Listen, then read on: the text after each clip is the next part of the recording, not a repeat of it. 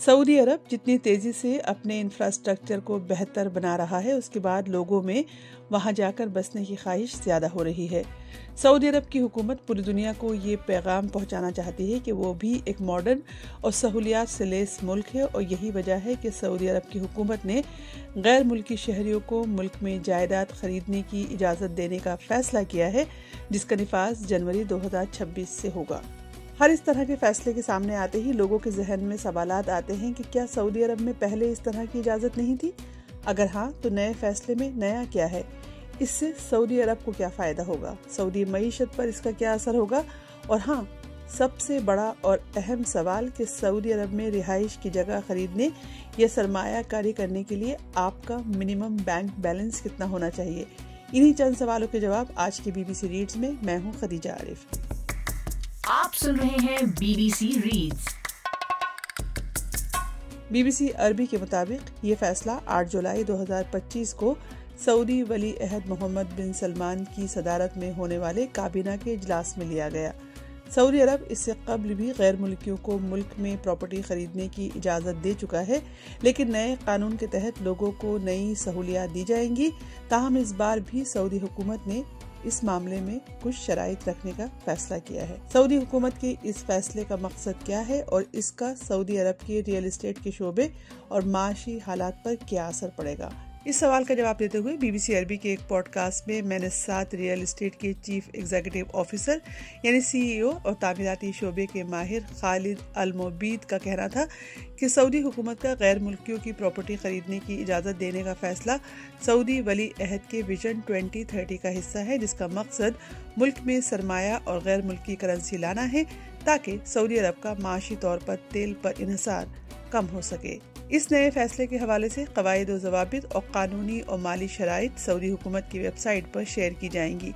अब तक जो शराइत सामने आई हैं उनके मुताबिक गैर मुस्लिम गैर मुल्कियों को मक्का और मदीने में रिहाइश इख्तियार करने की इजाज़त नहीं होगी। खालिद अल-मोबीद कहते हैं कि उन्हें उम्मीद है कि इस नए निज़ाम के तहत गैर मुल्कियों को ज़्यादा सहूलियात दी जाएंगी, प्रॉपर्टी को अपने नाम करवाने के अमल को तेज़ किया जाएगा और वाज़ेह कवायद व ज़वाबित को लागू किया जाएगा। तो अब बात यह है कि इस फैसले में नया क्या है। माजी में गैर मुल्कियों को सऊदी अरब में सिर्फ रिहाइश के लिए प्रॉपर्टी खरीदने की इजाज़त थी, लेकिन नए तरमीमी कानून के मुताबिक अब गैर मुल्की सऊदी अरब में कमर्शियल और इंडस्ट्रियल प्रॉपर्टी भी खरीद सकेंगे। यानी हुकूमत की कोशिश है कि लोग सऊदी अरब आएँ और सरमायाकारी करें, जो कि पिछले कानून से थोड़ा मुख्तलिफ होगा। हुकूमत तो ये चाहती है कि लोग रिहाइश की प्रॉपर्टी के अलावा कमर्शियल प्रॉपर्टी भी खरीदें। साथ ही हुकूमत इस अमल को आसान भी बनाना चाहती है ताकि लोगों को ये एहसास हो कि सऊदी अरब में सरमायाकारी करना एक आसान अमल है। खालिद अल-मोबीद कहते हैं कि पुराने कानून में कुछ बहुत पेचीदा नुक्ते थे और उसके तहत रिहायशी प्रॉपर्टी खरीदने के लिए दरकार इजाज़त हासिल करने में महीनों लग जाते थे और यहाँ तक कि वाज़ेह कवायद व ज़वाबित भी नहीं थे। मिसाल के तौर पर माजी में गैर मुल्कियों को मक्का और मदीना में प्रॉपर्टी खरीदने की इजाज़त नहीं थी, लेकिन शायद सऊदी हुकूमत के नए फैसले के बाद मुसलमान गैर मुल्कियों को इन दोनों शहरों में प्रॉपर्टी खरीदने की इजाज़त मिल जाए। पुराने कानून के तहत प्रॉपर्टी खरीदने वाले किसी भी गैर मुल्की का कानूनी तौर पर मुल्क का रिहायशी होना ज़रूरी था, जबकि गैर मुल्कियों के लिए कारोबारी लाइसेंस हासिल करने की भी शर्त रखी गई थी। तो अब सवाल ये है कि क्या इस फैसले से सऊदी शहरियों को कोई फ़र्क पड़ेगा? बाज़ मुबस्सिरीन का ख्याल है कि हुकूमत के इस फैसले से सऊदी शहरियों पर मनफी फ़र्क पड़ेगा। इससे प्रॉपर्टी की कीमत बढ़ेगी और सरमायाकारों में मुकाबला बढ़ेगा। इसके सबब कम क़ुव्वत ख़रीद रखने वाले सऊदी शहरियों के लिए प्रॉपर्टी खरीदना और सरमायाकारी करना मुश्किल हो जाएगा।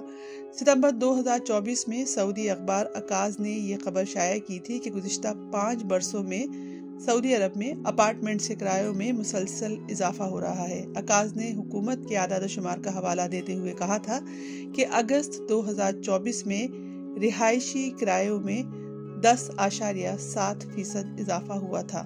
खालिद अल-मोबीद ने BBC उर्दू को बताया कि ये फैसले लेते वक्त हुकूमत ने सऊदी शहरियों के मफादात को ध्यान में रखा है।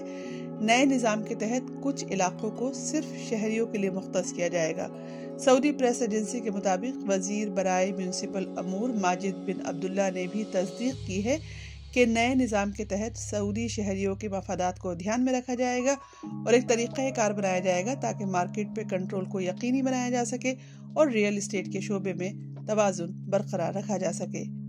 اب سوال یہ ہے کہ اس فیصلے کا سعودی معیشت پر کیا اثر ہوگا؟ سعودی عرب میں ریئل اسٹیٹ کے شعبے سے کمایا جانے والا منافع ملک کی جی ڈی پی کا صرف 6.5% حصہ ہے۔ یہاں یہ سوال پیدا ہوتا ہے کہ کیا سعودی عرب کو واقعی اس شعبے کو غیر ملکی سرمایہ کاری کے لیے کھولنے کی ضرورت ہے؟